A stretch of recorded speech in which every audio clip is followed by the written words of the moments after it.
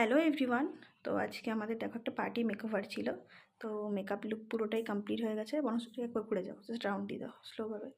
ঘুরে যাও ঘুরে যাও ঘুরে যাও। ওর একটা মেসি বানের ডিম্যান্ড ছিল, শুধু হেয়ার স্টাইলটা ডিম্যান্ড ছিল, আর কোনো ডিম্যান্ড ছিল না।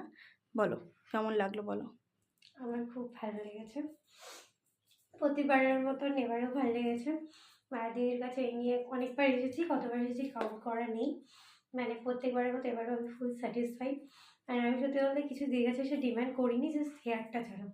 তো দিদি এত সুন্দর করে সাজিয়ে দিয়েছে, আমি নিজে পুরো নিজের মানে প্রেমে পড়ে গেছি।